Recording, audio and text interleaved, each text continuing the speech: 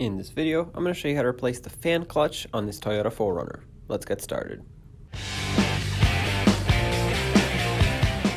If you look in through the passenger side wheel well between the frame and this lower skid plate here, you'll see the petcock for the radiator drain right here. It's this plastic one. You're going to want to spin it counterclockwise to loosen it up. Make sure you have a collection bucket underneath because fluid will start coming out. I'm trying to do this through the little access hole so you can actually see what's happening, but typically you would stick your hand right through here. Don't pull it all the way out, just a little bit, just enough so the fluid can drain without actually making a mess and splashing everywhere. Once you turn it enough, that plug actually has a hole in it so it can direct the fluid right through the access port in the skid shield. So we'll just let it drain at this point until it's done. Now let's cap this off since it's pretty much done draining. I don't want it to keep making a mess here, so I'm gonna tighten it up, snug it, and make sure it's ready for when we add coolant. Make sure it's nice and tight. At the top of the radiator, let's disconnect the hose clamp that holds the upper radiator hose connected to it. Use either a Phillips head screwdriver or an 8mm socket. Loosen it up. Now, because I have a worm clamp here, or a screw clamp, however you want to call it, this is what I'm using, but typically you would have the kind that you squeeze with some pliers. Move it out of the way, give it a wiggle, pop it right off. Let's do the same right where it connects to the engine block over here. It should be one of those squeeze clamps, but this one is not. It's been replaced. So I'm just going to loosen this up and do the same exact thing. Move the clamp, give it a couple twists to break it free, and pull the hose right out of the way and set it aside. Now let's separate the fan and fan clutch. Take a 10mm socket and remove the 4 mounting nuts.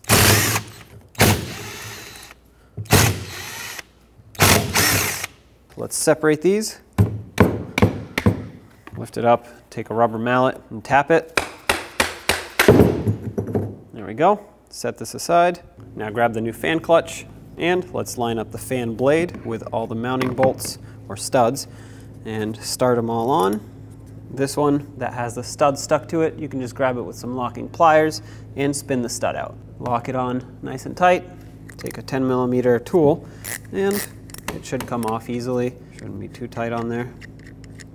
Once you have these on, let's bottom them out. Once they're bottomed out, give them about 1/8 to 1/4 of a turn. And I like to go in a cross pattern so that the fan blade can seat properly. Sometimes it'll seat unevenly if you don't do this. Perfect.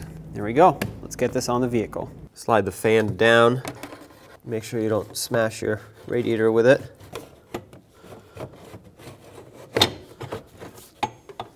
Line up the 4 mounting holes just like so. With them lined up, I'm going to start in whatever mounting nut can start first so it can at least be held on there. Okay, so there's one. Start on the second one. If you have to spin it, you can do it with a pry bar very gently. Now they're all on here. Let's get a 12mm wrench and tighten them up. Just give them a quick snug.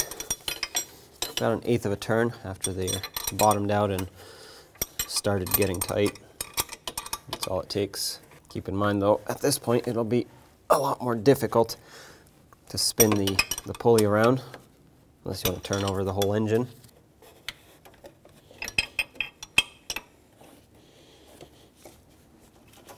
Okay, last one is right underneath.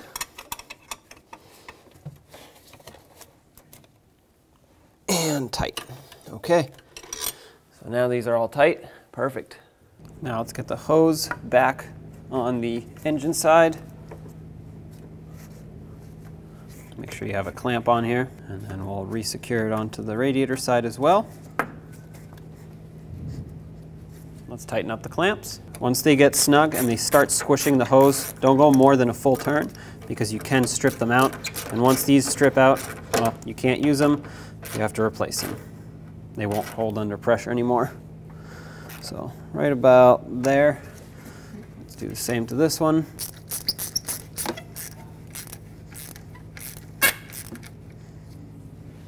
Perfect. Now let's fill the cooling system. Open up the radiator cap, set it aside, and use the appropriate type of coolant. If you're unsure of what to use, refer to your owner's manual, and just fill it up until you can see that the radiator is full all the way to the top.